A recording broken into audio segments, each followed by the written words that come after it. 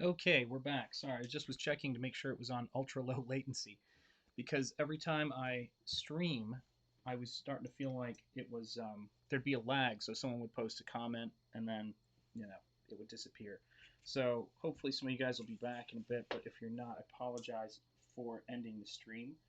I just wanted to make sure it was on ultra low latency because I'm not a big fan of the kind of lag that I'm getting between when people post comments and when I respond. So we'll see how it goes. Here we go. So putting in some washes and we'll see where it is.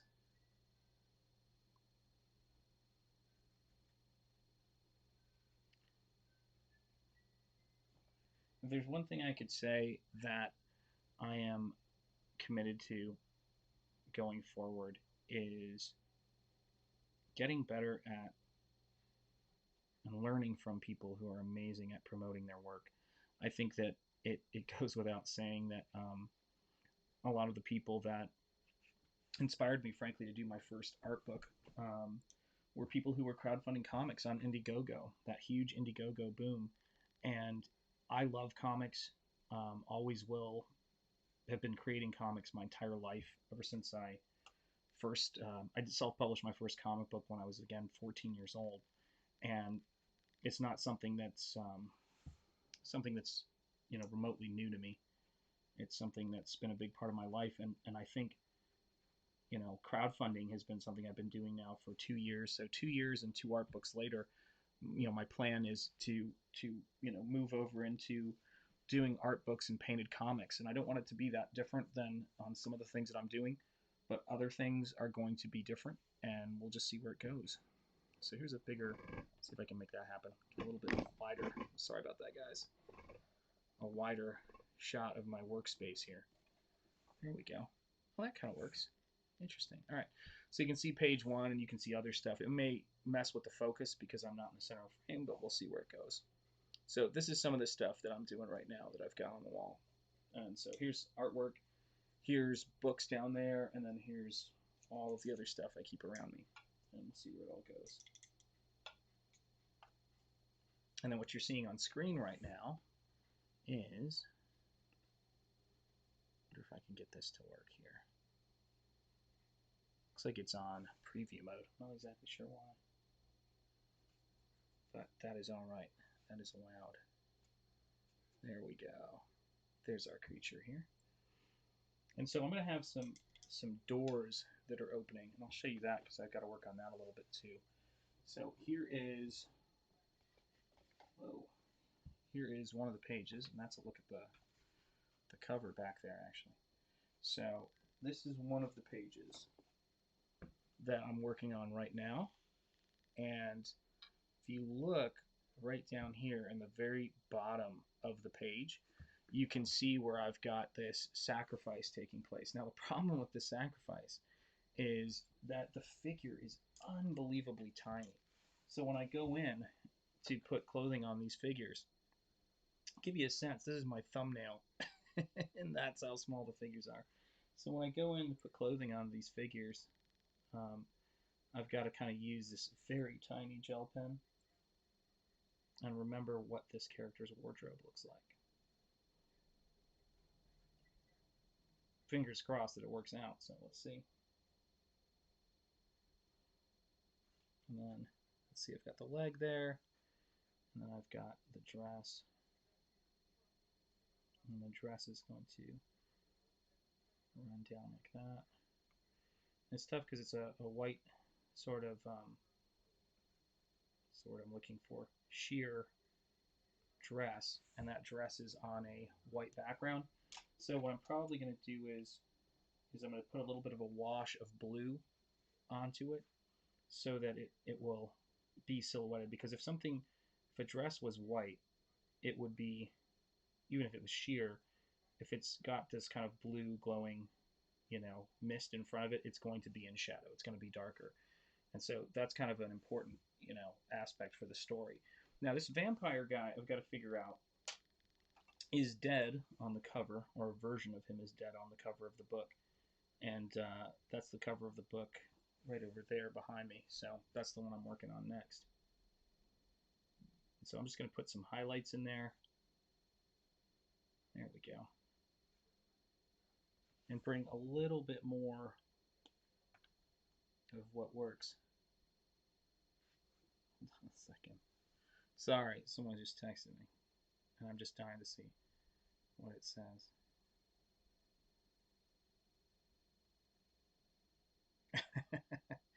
Oh my god.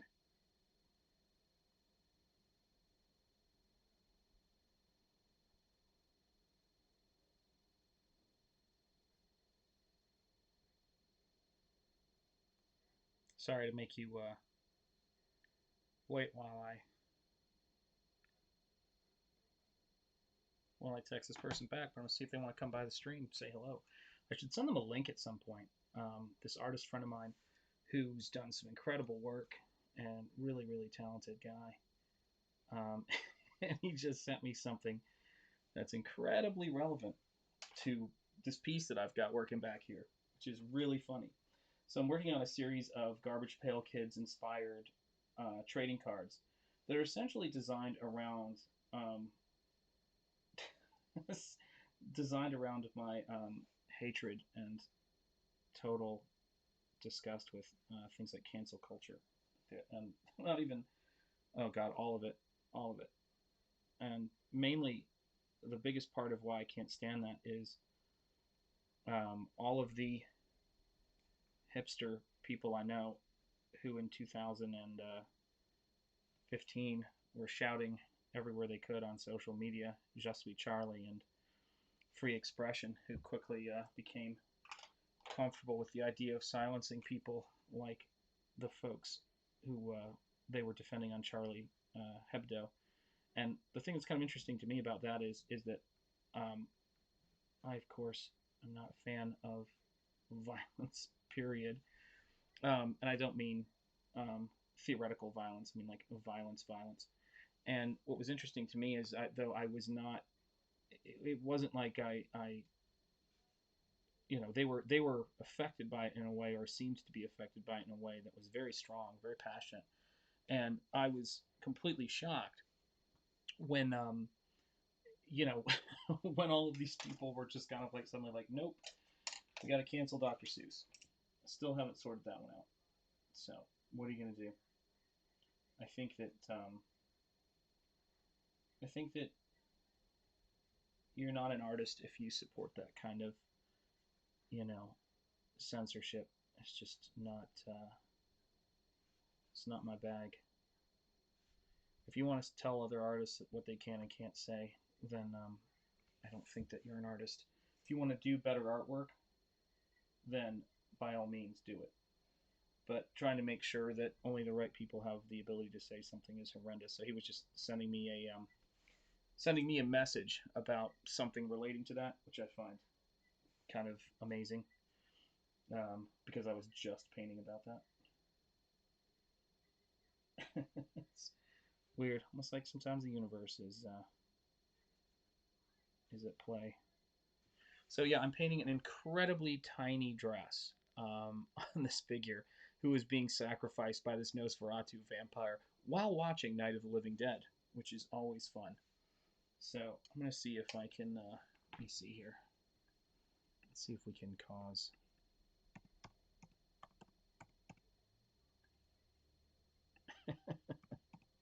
Oh my god, sorry. So I just got the ability to. I just got the ability to stream, and I don't know if I'm gonna be able to do this. Uh-oh, this is the part where is it?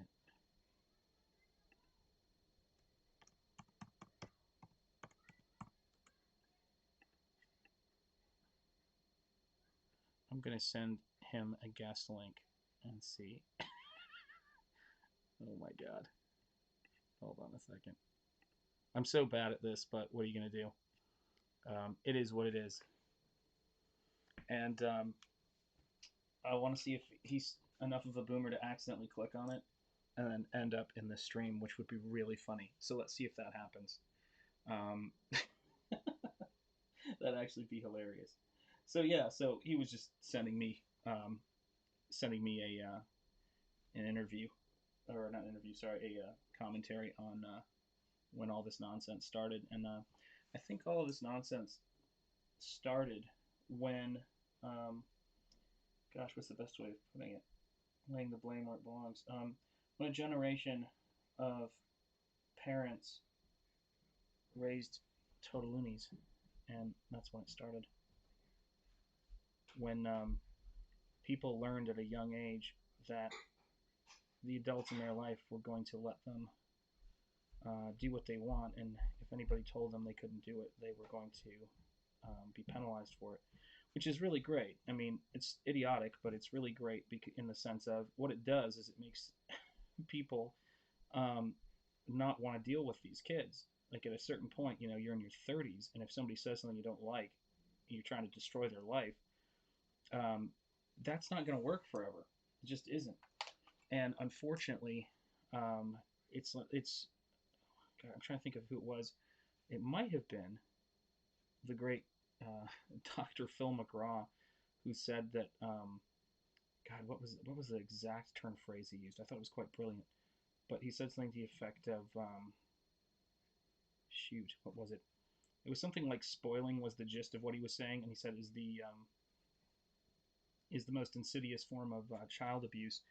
And I think what's unfortunate is that we got an entire generation that was raised, and this blows my mind, but it was raised on the whole anti-bullying campaign mentality that followed the Columbine massacre, as if bullying was the problem, not being a complete and utter sociopath murderer. And I think those kids practiced the most severe form of bullying. They were not victims. They were violent criminal victimizers. They were criminals. And the idea that ideas that were put forward starting in 1999 and maybe a little bit after that, interestingly enough, raised a bunch of people who don't seem to understand that they're bullies, and don't seem to understand that harassing people because you label them a bully does not make you an anti-bully. Anti-bullying is to bullying what flammable is to inflammable. It's the exact same thing. And unfortunately, I don't really, you really don't have much of a choice when you're in that kind of situation where people are supportive of that kind of attitude, where the harassment of some people is okay and the harassment of other people is protected. It's like you can harass people with impunity. And it's been really interesting to see people um, slowly come to that realization. Don't know what to tell you. Um, I've heard from people who've had experiences being harassed and put down, and I mean, I think it's one of those things that is so omnipresent right now, and everybody always like seems to think that it's no one really believes it until they find themselves in the crosshairs, and it's we could do better, I think, in the sense of we should start listening to people who go through this and taking it seriously. But yeah,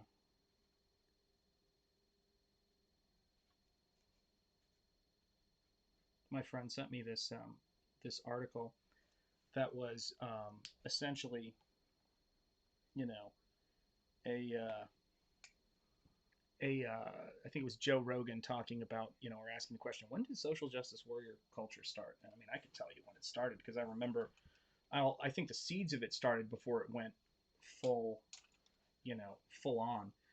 And it the when I noticed it, when it really had hit critical mass, which is to say, there were enough people who believed in this stuff, um, who were both students and, I should say, of that generation, and then people who had raised them were in positions of power to continue that, to continue to make their reality about it, was 2015. That I heard about it before then. A friend of mine had gone through it, and or not even gone through it, had had a bunch of people, a bunch of students, um, accuse him as a, um, we'll keep him anonymous, but accuse him as a gay man of being a part of the, white patriarchy or whatever the hell it was. And he was like incredulous, and I thought, he told me about it, and again, it's like I was like, oh, really? Like that's odd. Like like a lot of people, I was like, I can't imagine that. And then a couple of years later, um, I found that I had some students go to a department chair at a college I used to work at and say, oh, he was saying that this type of prejudice is the same as this other type of prejudice, and you need to talk to him. So I found myself in the awkward position of being asked by um, someone who, let's just say, wasn't a person of color, about whether I held, I don't even know what you'd call it, alt right opinions or something. I can't even remember what it was. And I'm sitting here going, you are the epitome of what it is you say you're against. And how do you have the freaking audacity to say that to me? I was completely disgusted. And just, I mean, it's just the most repugnant stuff you can see. And I realize that there are a lot of people who have not really experienced, and it's not how you feel, it's what it is. It's objectively what it is. I've known some people who have experienced, things that are horrific, and they have come through the other side, and they're having to, have their experiences compared to what are basically non-events, and it's infuriating to hear. Like I think that it just is twisted. And I think what people need to start doing is approaching one another with some kind of sense of kindness. There we go. Let's see if we can get that to focus. Approaching one another with a sense of kindness, but also just not encouraging the BS and not and standing up to it when you see it. And I think it's one of those things to where people. I had a friend who was, believe it or not, I had a friend once, kids. I had a friend who was like, uh, he was completely obsessed with status and making sure that he was teaching the right students at the right school and all of that kind of stuff. And he finally ended up going to and getting a full-time position at his dream job, which is one of the wokest places in the world. And which just not to that's not saying much. But it's pretty darn impressive. Where you've got a bunch of people and who come from the top, God knows what percent, who come off to college and then speak about how difficult life is. And I've heard through the grapevines that this guy is living in absolute terror, um, because it's like at any moment he's white, he's a white male, and it's like good luck, kiddo. And I just think, geez Louise, it's just don't, yeah, I don't understand um, why people who were for, and to me it's total hypocrisy. Like I've never gone around telling anybody, I mean, I'm for free speech, but I've never gone around telling people, like, trying to show people how for free speech I was. Because some of the stuff that I saw where people were like, well, this is free speech, it wasn't that it was like edgy or it was controversial. It was just crap that was for the sake of, just because I can say this, I will. Now that's fine. Like that's something that you've got to support. If you believe in living in a liberal democracy, and I don't mean a political party. I mean an actual liberal democracy. And to see these people who were so ardent about that just roll over and be terrified of all this stuff. Like I get what the fear is about. People don't want their lives ruined. Makes Well, not their lives ruined. Don't want their careers ruined and their reputations ruined. But it's just like it's such cowardice. It's embarrassing because I've dealt with some stuff in my time, and I know a few things about courage and standing up to horseshit, and it disgusts me to see people insult those experiences by I mean, and my experiences are my experiences. Let me be clear. I don't think anybody can deny you your experience or any of that stuff. I'm talking about something bigger than that. I'm talking about people who say they're against judging people on the basis of their race and sex, and then have changed that into accept this group. And especially hilarious when they're members of that group and are doing it for, you know, to look like they're some symbol of moral virtue. It's just embarrassing. Get it together.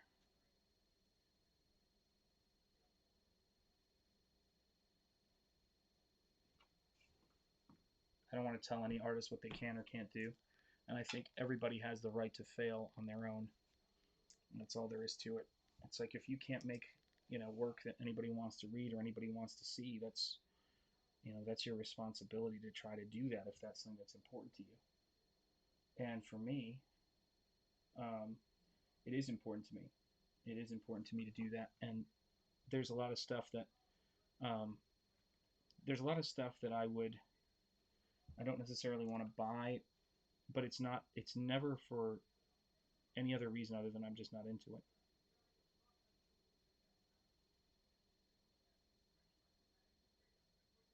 But I watched oh yeah, that's something I should probably talk about because I thought it was hilarious. I watched an artist who was a big name artist in comics. I mean, still he still is, but an artist by the name of J. Scott Campbell have his stuff redrawn and edited to be uh, to be whatever approved by the board of censorship or whatever the hell it is, online censorship, and he got annoyed probably because it's the billionth time it's happened. I don't know. I mean, it's not like again, it's just not a part of my day to day. And yeah, he just got frustrated and he redrew the redraw and just let this person have it. And I thought it was really kind of like that's how it used to be. That if someone had more experience and more skill than you, then they got respect because it was earned. And all of a sudden, it got to be gaining respect by tearing down people who are more successful than you, which is ridiculous. It's just like what a terrible world that is to live in if you cannot be happy for other people. Or I'm sorry, if you can't admire and acknowledge other people's excellence, because I definitely follow, support, and enjoy people who are more successful than me at certain things and quite a few things in many instances. I watch boxing, looking forward to a big fight tomorrow. I can't box. I am not the epitome of excellence in that particular regard, nor will I ever be. And I'm still interested in it. I still want to see it. I still want to see people do well and do things that are amazing that I couldn't do. It's why I watch the Olympics. And it's kind of this relentlessly petty attitude that some people have art wise, where they look at someone's success or their technical ability and it makes them angry. And there's nothing more disgusting to me or disappointing to me than when I see people who have had more than their share of success and they are they are resentful, and you can see it. They under the guise of concern, they're resentful of other people's success. And it's you really have seen that with I think J. Scott Campbell is sort of waking up to that. I think that or that's his experience that he's having, but he's not alone in that at all. And a lot of people who have been on one side of that argument for a long time because they weren't dealing with the blowback of it. It was kind of like it's okay as long as it doesn't happen to me. When it starts happening to them, you just don't want to alienate people who who you might need to help you later. And that's not why you should do it.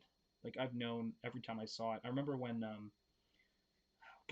I remember in the early 2000s that there was an incident involving the Dixie Chicks where they said something, and I was a big fan, and still am, but they haven't really released an album in a long time. But I was a big fan of the Dixie Chicks, and they had an incident where they said something, and their work was taken off, their music was taken off of country radio and all this other stuff, and it was, they were essentially blacklisted and canceled before it was cool, and I was disgusted by it then, and I thought this is gross. Like, how can people who are for creative pursuits even think this? And I remember seeing them in concert after that had happened to support them, obviously, but because I think that I think that the type of speech that they were getting blowback from, while it wasn't my cup of tea, I thought an organized campaign to try to make sure they never worked in country music again was a bit extreme and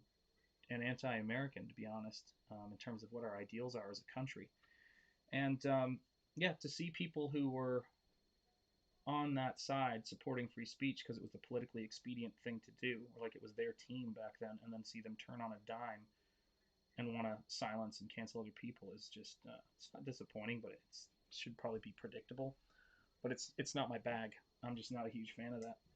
And so when you see people, like in martial arts and other physical sort of endeavors who are, my son's making faces as he walks past me, other, endeavors who are doing this kind of stuff, they're kind of like, oh, you just figured out that there's different kinds of people and different kinds of people can work together. Well, I'm sorry that took you so long to learn, but we've been doing it for a while. And it's just crazy. It's like revisionist history. And so yeah, when my friend sent me this message, asking when did this stuff start. I mean, I can tell you, it's hasn't been. It's snuck up on a lot of people. And hey, stealth bomber, can you keep it down a bit? So one of the things that was one of the things that has been kind of interesting to me about the whole thing and about doing this work is that you see people like Joe Rogan, and you see people who are you know just kind of coming to this kind of like going, what the hell is going on? And I'm like going, oh, well, you want to know? I can tell you all about it. I was I was there. I've been at ground zero my entire career for 18 years, and it was such a rapid switch that people around me who were basically taught me the importance of artistic expression and free speech just suddenly turned around and were like, oh yeah, we're not for this anymore because the tastemakers said so, or because their kids said so, or because whatever. And it was amazing because to me, what I was seeing was a lot of people who just weren't the kind of people to where that was really a concern of theirs. You're not really worried about your work being censored if nobody cares about your work, so it's far more fun to censor other people. And I think that's kind of a really poisonous kind of person to have in any kind of environment. I mean, unfortunately, what they end up doing is they end up chasing out all of the really skilled people because the really skilled people are carrying the weight and they're being, constantly undercut. And it's like, or they're just actively trying to have their careers, destroyed, which blows my mind. But it's been going on for a long time, and it's been going along on with a lot of people backing it who should have known better and who used to say the exact opposite. So what can you do? All you can do at the end of the day is make your work, you know, and that's what a lot of us are doing. We're just going, you know what? I'm gonna make my work. I'm gonna do my thing, and best of luck. It's like Frankenstein's monster coming home. But one of the things that made me laugh this past week in kind of disgust and horror was when I saw that the Museum of Modern Art in New York decided that having security was a really good thing and didn't want to allow protesters into their museum. And I thought, well, that's kind of interesting. Aren't you guys for disruption and protesting and free speech? Kind of interesting that when it's your house and not a poor neighborhood, you've got issues with it. Really interesting. So, yeah, the hypocrisy is on 11 right now, and I'll never understand it. Um, but what can you do? Just paint and draw and do what you have to do. But it's just, working on the figure. For me, the only thing that has ever, that I've ever really wanted to do as an artist was to, and as a comic book artist and as everything, was to hone my craft and to get better at my skill set. And, it's, I don't, there's this YouTuber that hold on one second. What's going on in there? Okay, can you do it quietly, darling? There you go. So the thing about it is, for me, is that when I'm sitting here and I'm working and I'm doing doing these projects and doing this work. Um, my general attitude is that it's about perfecting the craft. Now, the thing about it is if you're if you're not perfecting your craft, and if you're not perfecting your work, then you've got an infinite amount of time to be spending thinking about things that are political. And one of my favorite artists, I should say YouTubers, is a guy named Michael French who has a channel called Retro Blasting.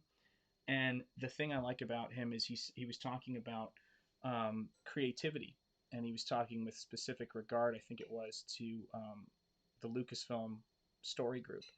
And he said something I thought was kind of profound. There we go. That's a little bit better in focus. He said something that was kind of profound. He goes, I've often found, and I think he got his degree in, he went to film school, that the second that a conversation turns to politics, creativity creativity has left the room, and imagination has left the room.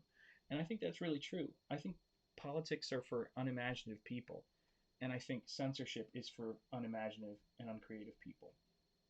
It's just it's always going to be that way. People who don't want someone else to express their opinion, um, as long as it falls under certain real safety protocols, things like falsely reporting an emergency or something like that, a national emergency or whatever. Those are different things. But when we're talking about what comics somebody draws, or what somebody, what opinion somebody has on something, um, it's opinion. Opinion is a very important thing to protect in other people. Not if how do I word it? Um, Unpopular opinions are the important ones to protect, because popular opinions don't need your protection. Things that you hear that you like, that make you feel good, speech that makes you feel good about yourself, and or let's say the reason why hate speech is protected is because love speech doesn't need protection. And if you're somebody who goes around and you're harassing somebody, that's not called hate speech. That's called harassment or stalking or something like that. Um, but if you're somebody who is making a work of artistic expression, or even not, um, as long as you're not within, outside of very clear rules, then you have the right to free speech. And the place where I learned that, where I went to college, is one of the very same places where they're advancing the opposite. And you just look at people and go, did you even believe what you were telling me at that time? Like, did you believe it? Because you made me think that you believed it. And I wasn't even thinking about it until that happened. I swear, if there's one thing I didn't, I mean, I knew it existed. I also knew that, there were certain consequences and rules for it, but I knew it existed. But I got off to, I remember when I went off to art school, and it was like non-stop, free expression. This artist, crucified themselves to a Volkswagen. Some of you guys who go to art school may know this person. Oh, this artist did this work where they made, a painting of, the Virgin Mary out of elephant dung, and it was like a huge national, like, these are the things I was being told. And then, Je suis Charlie. And then all of a sudden, like, in a couple of years, they were like, no, it's not okay now. I'm like, oh, wow. So, whole history of Western civilization, it's got to be undone. Sweet. Thanks for, uh, thanks for um, teaching me all this other stuff when it was in fashion. And that's probably the thing that creeps me out the most, is that a lot of this stuff, if it was sincere, it, it still would be gross, but it wouldn't be. I mean, I could kind of like swallow it clean, but it's the fact that I know it's going to change again, and these people are going to be like, "What? What are you talking about?" Ugh, that's the exhausting part of it. It's like captains of the Titanic, and then going, "Wait, what? Me?" It's too funny. Oh my god. So let's see what we got here. All right. So hello to any of my viewers. It's good to see you.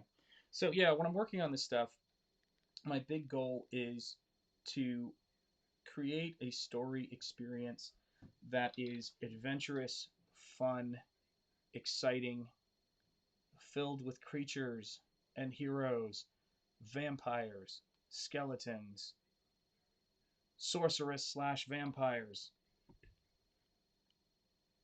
with decent figure drawing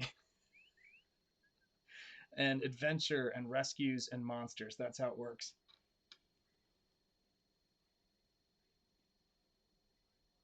Yeah, exactly. The golden rule. That's always a useful one, isn't it? Yeah. It's here's the thing I always say.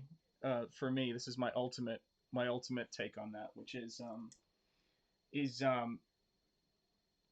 once a person has had experience standing up to a mob as an individual, that's what courage is.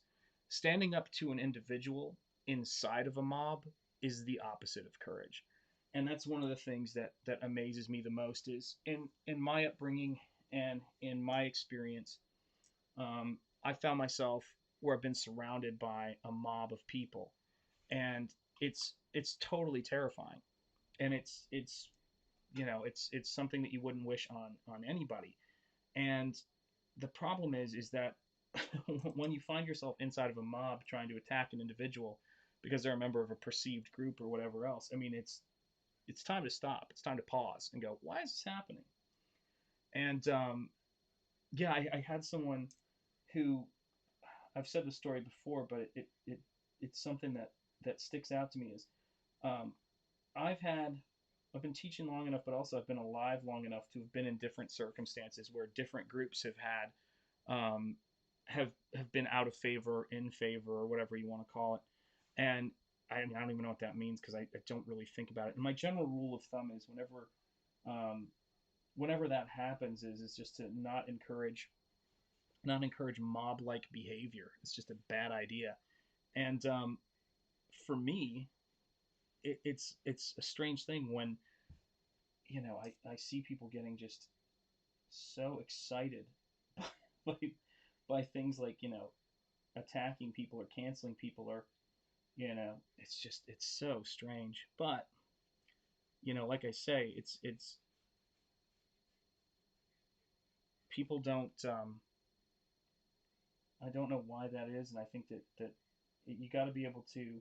I think what it comes down to is that for me, the things that interest me more than anything are working hard at something and gaining skill in it. That's why I got into artwork. Thank you, Casey. I appreciate it. It's one of those things to where when I look at this stuff and I try to figure out like what is the secret. By the way, your work is looking really good too. I should make sure I point that out. Really good stuff with the flesh tones and the self portrait. Nice work. But it's one of those things to where when I see people working and I look at things like and trying to figure out like how to get good at something, even if it's a skill I don't have and will never have. I mean, I'm amazed by it. I respect other people's talent and ability, and that's usually the thing that I think is what interests me more so than what people think or what their beliefs are. I mean, as long as they're not actively trying to kill me, usually pretty okay with them. So I want to just see people make good stuff and not get distracted, which is tough. You're welcome. Yeah, I mean, I think to me, it's if you grab a lot of excellent stuff off the wall, like in terms of the wall of life, you're going to find just a lot of different people responsible for that excellence. And um, yeah, I mean, I'm just thinking of all of the influences that are in this piece right now that I'm working on. They come from completely, in some instances, completely different backgrounds than me, completely different experiences, and that's what makes it worth it. That's what makes it so fun to do this kind of work. And that's one of the biggest things that I'm always working on when I do this stuff is how do I push my work forward? How do I make this stuff stronger? And so a lot of the artists that I've been inspired by right now are artists who are very much, that I don't.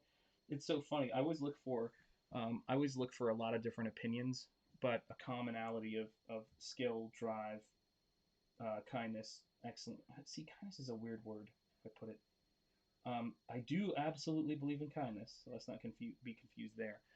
But I think that um, you have to also have principles and be willing to and not believe things only when they're convenient.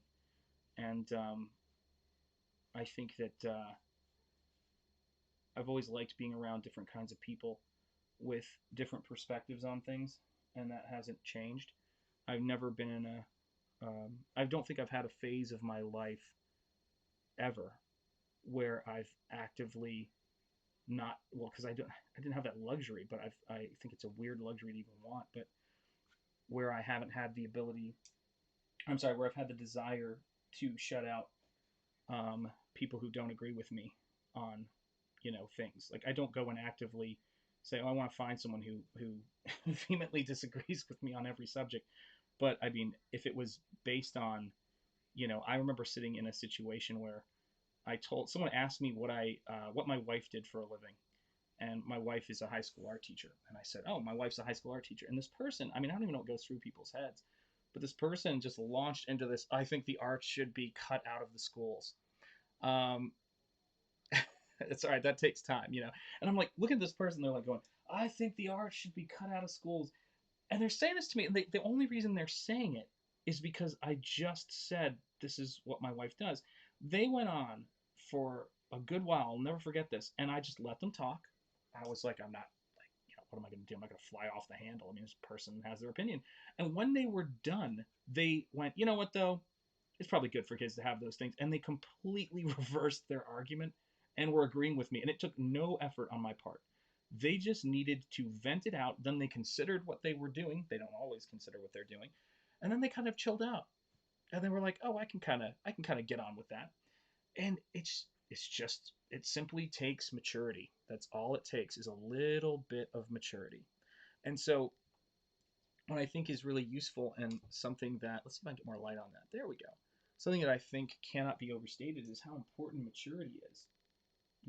If I mean, I've been around people who have opinions that I find abhorrent, and and I mean really abhorrent. Like I'm not even gonna get into it. Not like oh, I don't know, they're Democrats instead of Republicans, or they like Coke instead of Pepsi. I'm talking about like some really dark stuff I've seen, and I haven't had a choice to switch gears and get out of there. Like I've just been stuck, as particularly when I was a kid, was just stuck in some dark situations, and I had to learn how to tolerate it. One of my favorite stories ever, actually, this one I can share, was when I was in, and this is do not cry for me, Argentina. I'm not interested in your pity. Let me say this just in general, anybody watching this. But I had a seventh grade teacher who had me stand up in a Bible class, and this is not an anti religion Bible thing, so don't put me in there either. Not interested. And had me explain, and he was by no means a representative of an entire group of people, but had me explain to the class why my father was going to hell because he wasn't of that particular religion. And like that's a pretty horrendous, thing. I didn't at the time. I was just like, well, you know, I didn't really know what to do. But it was such a strange kind of thing, and I think that's a pretty dark thing to do to a kid. I mean, but it's not, but at the same time, because I had other stuff going on and I had other problems that were even, worse than that, as hard as that might be to believe. Actually, it shouldn't. Hopefully, it's not too hard to believe. Um, I just had to kind of handle it and sort of deal with it. And um, I guess the best way I can think to describe it is imagine a circumstance, or the only thing I think of that's analogous to it. Imagine a circumstance where you've got a student who's in a classroom and the teacher is saying, I want you to explain why everything you do and everything you're a part of is evil because you're white. Huh, wouldn't that be something? And so I didn't like it the first time, and I don't like it when it's somebody else, is the best way I can think to put that. And I never will. It's just the way it is.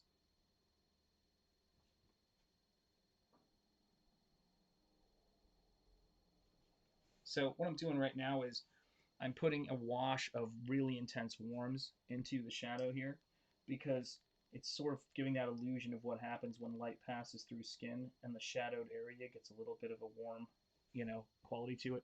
I'm pushing it to a point to where it's not even remotely talking about realism at this point, but I like the aesthetic of it, and I think that one of the things that I care deeply about as an artist um, is the whole aesthetic idea of beauty that comes from the way the human eye perceives color.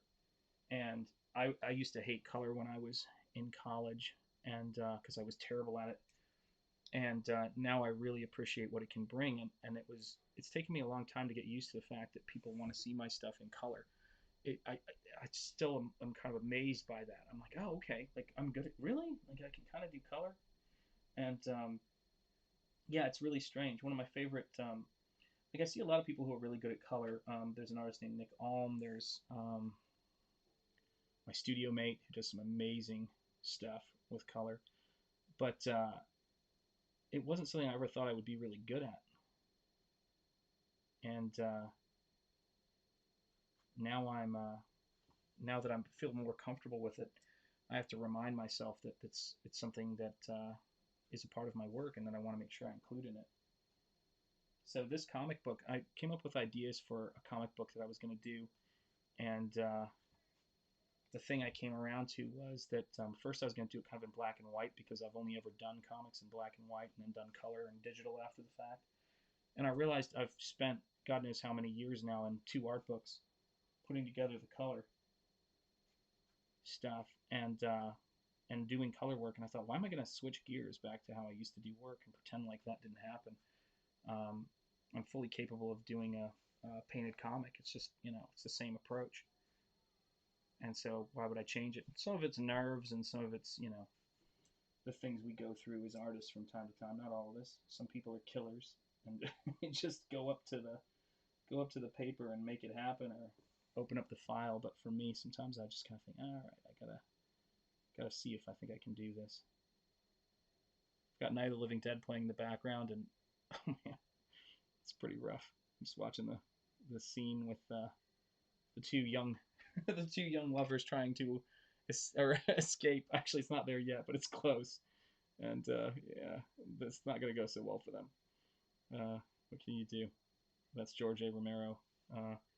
Isn't afraid to. I just realized I'm painting off frame there.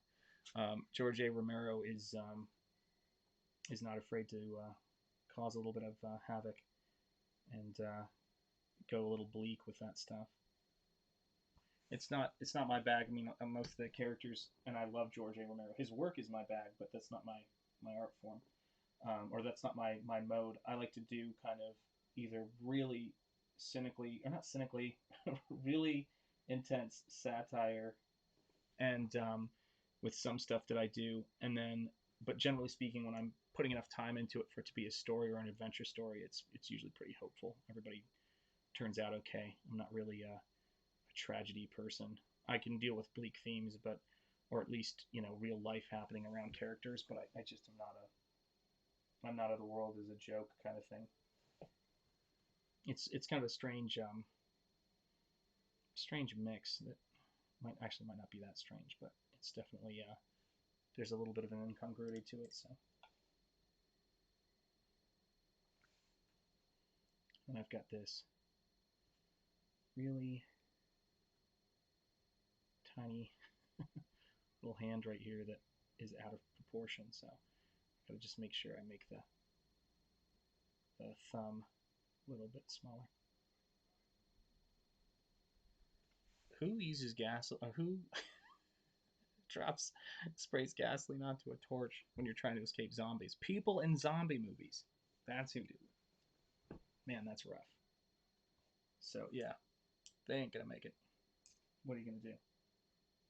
But yeah, and I guess that's kind of how I think about creative pursuits and the idea of I was watching a movie that might as well be a zombie movie because it's essentially the same themes, but I was watching They Live, which is a John Carpenter film about that Shepard Fairey borrowed liberally from, or to put it another way, stole most of his ideas are from. Um, and he, although that's another overused term.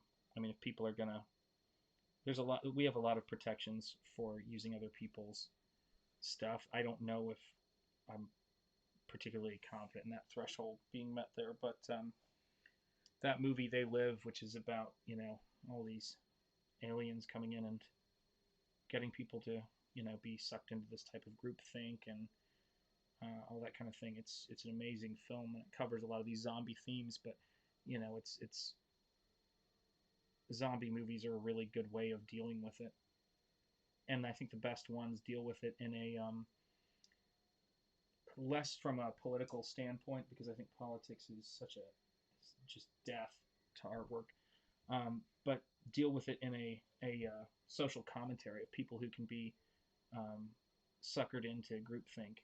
Um, it's just moving from groupthink to groupthink for them. I mean, you know, it's not like there's groupthink and there's anti-groupthink. There's individuality and then there's groupthink. So if you're sucked into it and you're sucked into groupthink easily, you can think of yourself like going, I don't want to be trapped in that groupthink. I'm going to come over to here. I'm not going to drink Coca-Cola. I'm going to drink Pepsi.